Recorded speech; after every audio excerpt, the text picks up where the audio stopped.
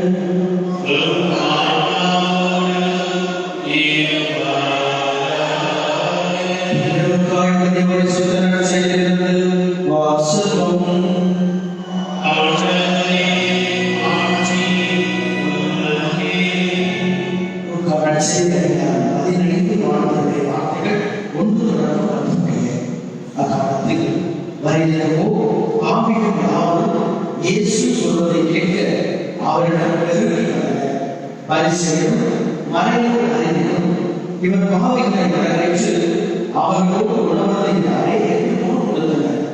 அப்பொழுது அவர் அவர்களுக்கு இந்த உவமையை சொன்னார். உங்களுக்கு ஒருவனுக்கு 100 ஆடுகளோடு காணாமல் போனால் அவர் 99 ஆடுகளை பாலைவனத்தில் விட்டுவிட்டு காணாமல் போனதை கண்டுபிடிக்கும் வரை தேடி செல்ல மாட்டார். கண்டுபிடித்ததும் அவர் அதை மகிழ்ச்சியோடு அவர் தோல்வியை போட்டுக் கொள்வார். வீட்டிற்கு வந்து நண்பர்களை அண்டை வீட்டாரை அழைத்து என்னோடு வருகிறது, எனவே காணாமல் போன என் ஆடை கண்டுபிடித்து விட்டேன் என்பார். அதுபோலவே மனமான தேவையில்லாத 99 நேர்மையாளரை பிரித்து உண்டான மகிழ்ச்சியோட மனமாறி ஒரு பாவியை எடுத்து பின்னுடைய மிகுதியான மகிழ்ச்சி உண்டாகும் என நான் உங்களுக்கு சொல்கிறேன். பெண் ஒருவரிடம் 10 திராட்சைகளோடு ஒன்று காணாமல் போய்விட்டால் அவர் எண்ணெய் விளக்கேற்றி வீட்டை பெருக்கி அதை கண்டுபிடிக்கும் வரை அவராக தேடி வருகிறார்.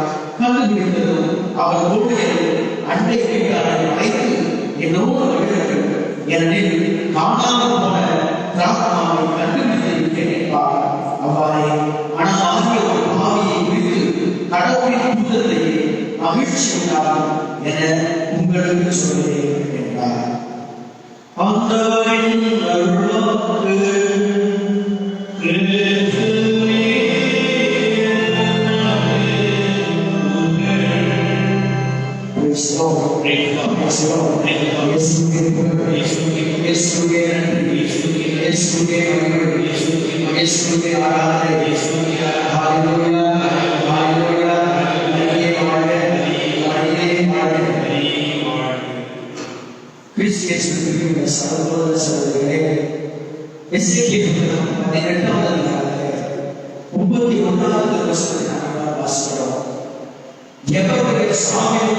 நாம் இன்பம் காண்பதில்லை.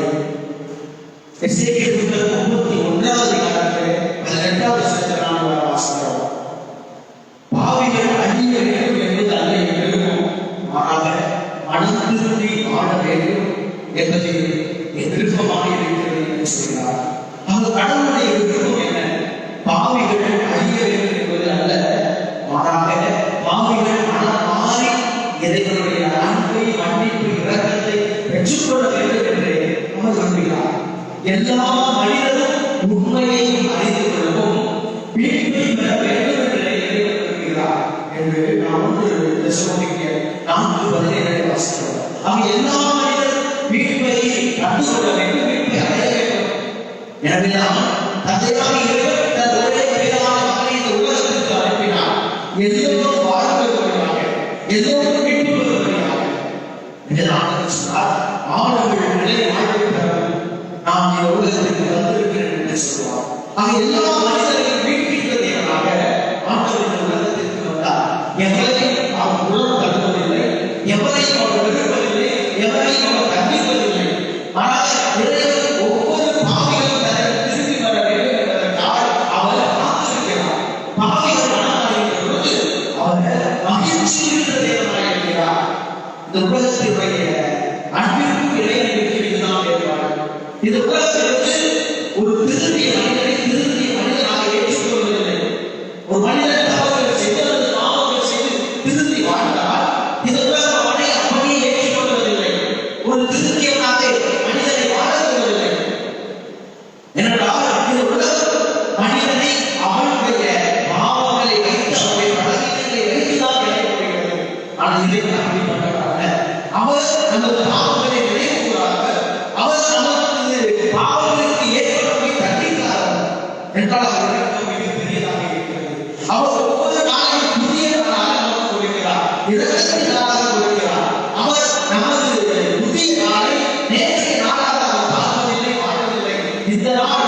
மீண்டுமாக இரக்கத்தின் அடிப்படையிலே அன்பின் அடிப்படையிலே இறைவன் நமக்கு கொடுத்திருக்கிறார். எனவே இந்த நாளிலே கடவுள் இரக்கத்தோடு அவருடைய மன்னிப்போடு நாம் வாழ வேண்டும். அதுதான் இறைவனுடைய திட்டம். இறைவனுடைய மன்னிப்பை, இந்த இரக்கத்தை அதை கண்டுகொள்ள முடியாத மனிதர்கள் முன்னிறுக்கிறார்கள். ரட்சிப்பு மாசத்திலே ஆண்டவரை பாவிகள் மனிதர் போல் தேடி எதிர்த்து வருகிறார்கள். யூதராய் அவருக்கு வார்த்தை என்றால் யூதர்கள் இந்த மனிதர் போல் பாவிகளை அவர்கள் இடத்தில் சேர்ப்பதில்லை, அவர்களோடு பேசுவதில்லை, அவர்களோடு துணி உணவு கொள்வதில்லை, அவர்கள் தங்கள் பண நாட்டத்தை அவர்கள் வைத்துக் கொள்வதில்லை, அவர்களை நம்புவதில்லை. அவர்கள் நம்பி ஏதாவது ஒரு சீக்கிரம் அதை அவர்கள் சொல்லுவதில்லை, அவரோடு திருமணம் செய்து கொள்வதில்லை, அவர்களிடத்திலே நம்பி தங்கள் குழந்தைகளை ஒப்படைக்கவில்லை. அது இல்லாத அவருடைய எண்ணங்கள் இருந்தது. ஒரு யூதன் இத்தகைய வயதில் போன பாவிகளை ஒதுக்கி வைத்திருந்தார் என்றால் அவர்கள் உடல்நிலையை வாழ்ந்தார்கள். எங்கள் வாசகத்திலே பவுல் சொல்வதை போல உடலுக்குரிய நிலையிலே நீங்கள் வாழ்கிறீர்கள், உடலை சார்ந்தவற்றிலே வாழ்கிறீர்கள். அவர்கள் என்ன செய்தார்கள்? தங்கள் உடல் தான் முக்கியம். நான் தேர்ந்தெடுக்கப்பட்டிருக்கிறேன். ஒருவேளை இந்த பாவியை தொட்டால் இந்த மனிதனோட உணவருந்தினால் என் உடல் நீக்கப்பட்டிருக்கிறேன். நான் கடவுளால் அபிஷேகம் பண்ணப்பட்டிருக்கிறேன், கடவுளால் நான் அழைக்கப்பட்டிருக்கிறேன், விருது சேதம் செய்திருக்கிறேன் என்று தங்கள் உடலுக்குரிய காரியங்களிலே அவர்கள் குறியாக இருந்தார்கள். தங்களுடைய ஆவிக்குரிய உடலுக்குரிய வாழ்க்கையை வாழ தவறினார்கள். எல்லாருடைய பவுலிலே முதல் வாசகத்திலே அழகாக சொல்கிறார், ஆவிக்குரிய வழிபாடு நீங்கள் செய்யுங்கள் என்று.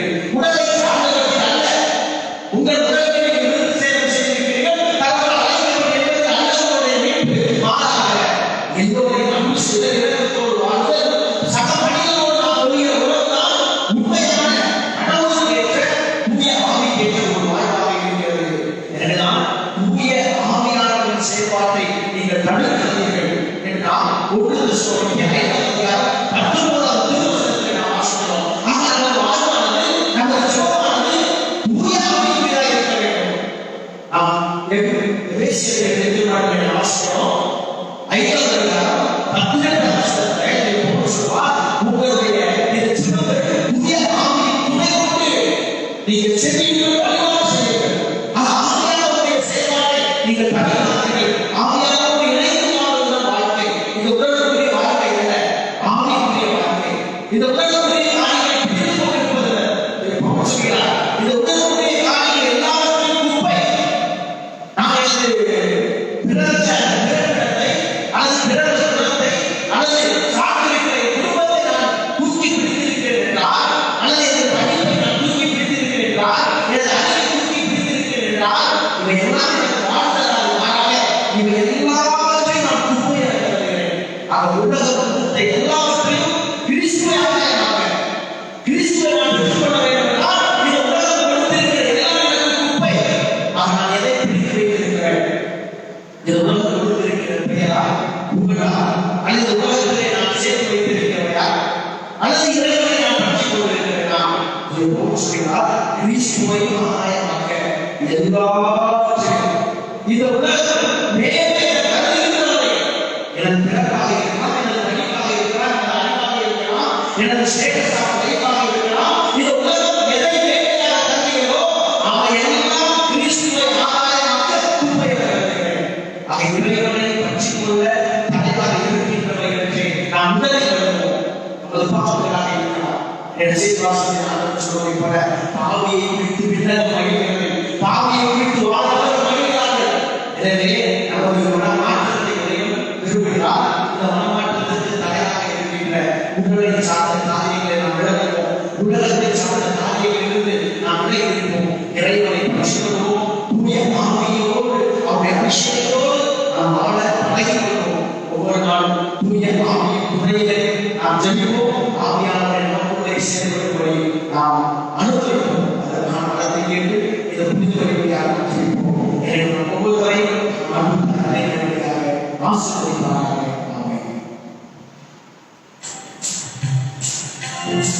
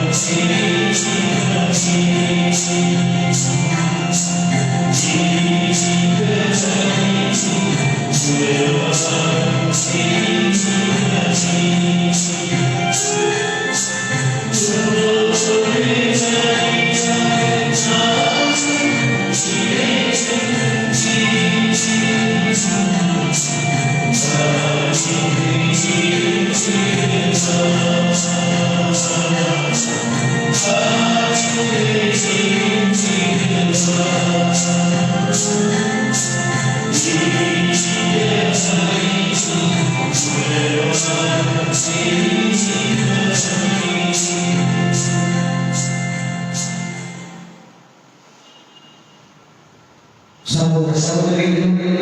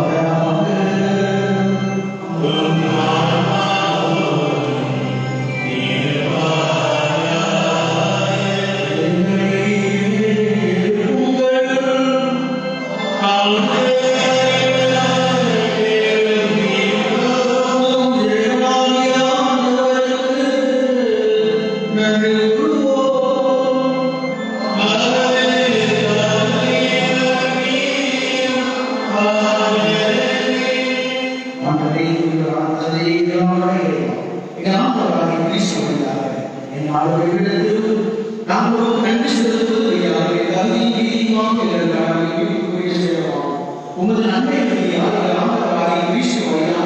நீ மனிதராக எங்களை படைத்து நாங்கள் நீதிப்படி தண்டனைக்கு உரியவராயும் உமது இடத்தோ நீதியாக எங்களை மீட்டெடுக்கிறீர்கள். அவர்களின் உமது மாநில மாணவர்கள் புகழ்கின்றன, தலைமை ஆம்போருமை வழிபடுகின்றன, அதிகாரம் செலுத்துவோர் திரும்ப நடுங்குகின்றனர், மாணவர்கள் அவற்றிலுள்ள ஆசிரியர்களும் செலவாளிகளும் ஒன்று கூடி அதிகரித்து கொண்டாடுகின்றனர். அவர்களோடு எங்கள் கொலையை சேர்த்துக் கொள்ளுமாறு நாங்கள் உடைய காலங்களை இணைந்து கொண்டு சொல்கிறார்கள்.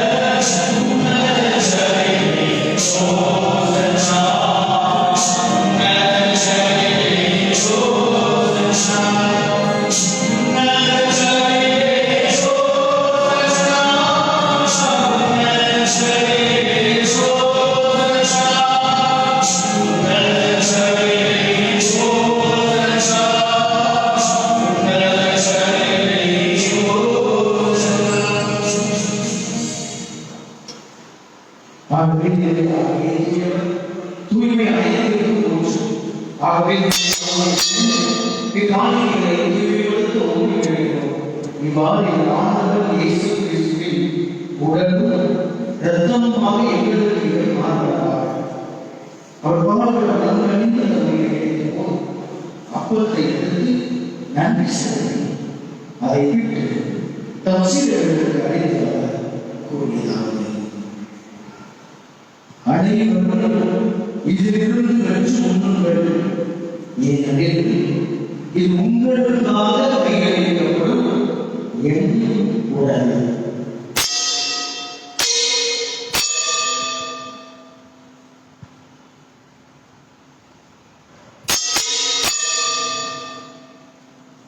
அவர்களே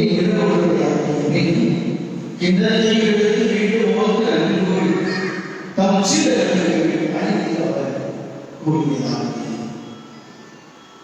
அனைவரும் இதிலிருந்து பெற்று வருங்கள், ஏனெனில் இது புதிய நிலையான நடவடிக்கைக்கு உரிய என்ற கிண்ணம்.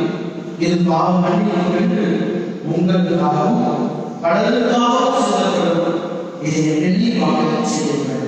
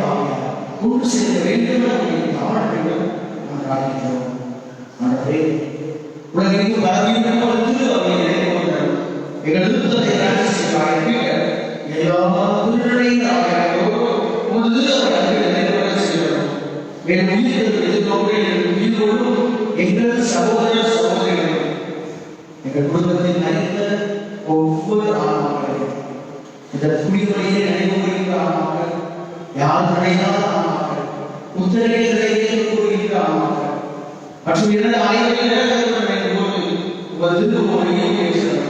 எங்கள் அனைவரையும் கடவுளின் நன்றி பாதுகாப்பான புனித வழிபாடு இதை கடவுளாக புனித திருக்குறள் இவ்வுலகில் முதலாக அனைவரும் நாங்கள் இறைவாழ்வில் ஒவ்வொருவரும் பெற்று உன் திருமண இயேசு கிறிஸ்து வழியாக உங்கள் புகழ்ந்தேற்கு வரவழைப்பதை நான் காண்கின்றோம். இவர் வழியாக இவரோடு இவரில் இறைவன் நம்பிய